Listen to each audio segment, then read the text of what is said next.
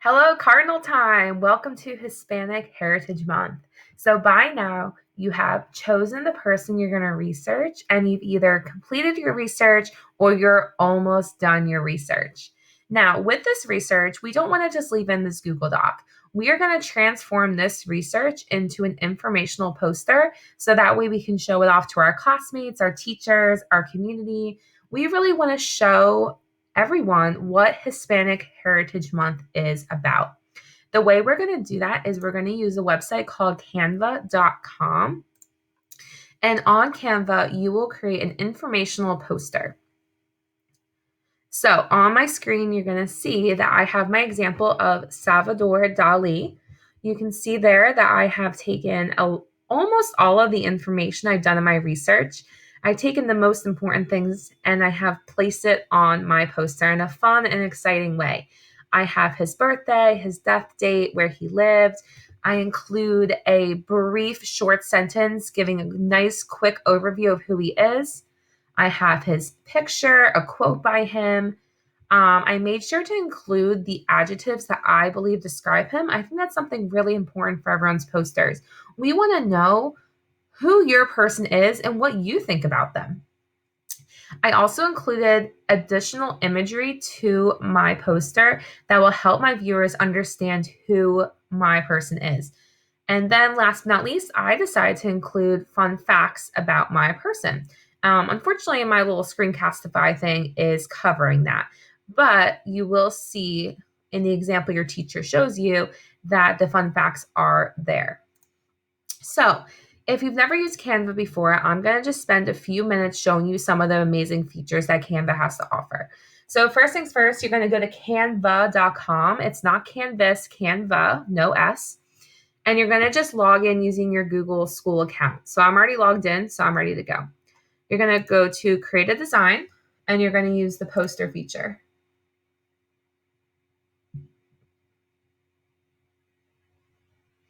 All right. So from there, the first thing you want to do is pick out your template. The great thing about Canva is that they've already done all the hard work for you. They've already decided color schemes. They've picked out fonts. They have imagery. They have layouts.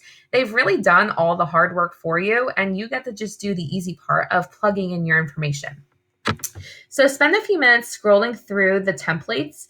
One thing I want you to notice is that they already kind of section them off into categories. So school posters, photo poster, quote poster, campaign poster, motivational, and so on and so forth.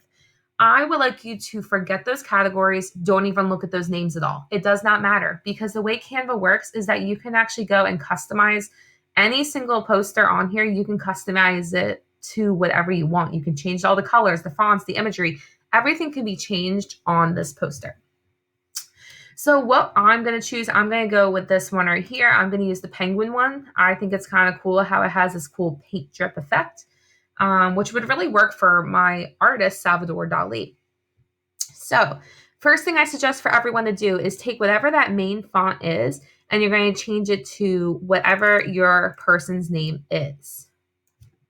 So I'm going to write name for right now because this is a quick tutorial. Next thing is, I need to get there, but you know, it's a little too small. So I can actually zoom in right down here. I can go to 50%, 25% is probably where I want it. So I suggest then you guys go and add their, all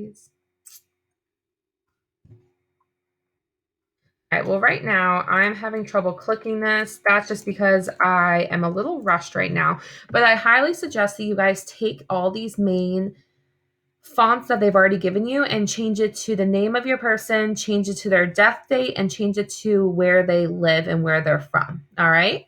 From there, you're going to want to have fun organizing, displaying, moving things around. Like I can move that penguin around, or I can just delete him altogether because he doesn't really fit with my person anyways. I can also change the background. So if I wanted to change this blue, all I had to do was click on it. I can change it to whatever color I decide. I'm going to go with this bright pink because why not? Next on my list is if you come over to the left-hand side where it says uploads, this is where you can actually upload your images for your poster. You can see my Salvador Dali is already in here because I already uploaded when I made my example. So you can obviously add your pictures in, place them wherever you want. Next is photos. Canva does come with a bunch of photos that are like stockpile that you can use. Feel free to use them, but I also highly suggest finding pictures of your person versus generic pictures. So you do what you think is best, but I do suggest finding pictures that your person is actually involved in. Next is elements. Elements has to be one of my favorite categories. This is like all the little fun graphics that you can include in your poster. So my suggestion is like, look at those pretty flowers. My suggestion is just use the search bar because there's so many options. Just search for what you need. So if I was looking for something art related, I can type in art and I can find what I want. The one downfall of Canva is that there's a free version and a paid version. We're using the free version. So that means you can't use the stuff that's being paid for. So anything that has this little crown that says pro, you can't use it, unfortunately. Okay. So try to choose imagery that you can use. Like this one's free. So I'm going to use that paintbrush. I can make it whatever size I want. I can put it anywhere I want. And the cool thing is, if I don't like it, like let's say I want to put it behind this poster right here, I could right click and I could push send to back or send all the way backwards. So I'm going to push send to back. And you can see now it is behind all the stuff. So that way I can kind of play around with the layers and the layout. And then I think the last thing I really want to show you is text. So this is a really cool feature. Obviously, you have your generic text where, it just shows different sizes and different bolds. But this text is what I really want to show you. These are really fun. These are all text that you can actually customize yourself. So let's say I want to use this Just Breathe one. I can click on this. I can delete those words and I can write anything I want. So just like that, I wrote hello. Okay, so that was an extremely quick tutorial. This is obviously not an acceptable poster for your Spanish Heritage Month project. This is what we're looking for, all the information in there. This tutorial was really just to show you guys how to use the features on this program. And then last but not least, when you're all done with your poster, you're going to want to give it a name. I suggest writing your name so that way your teacher knows it's yours. And then you're going to push that little button right there, download. You can keep it right as PDF. Push download.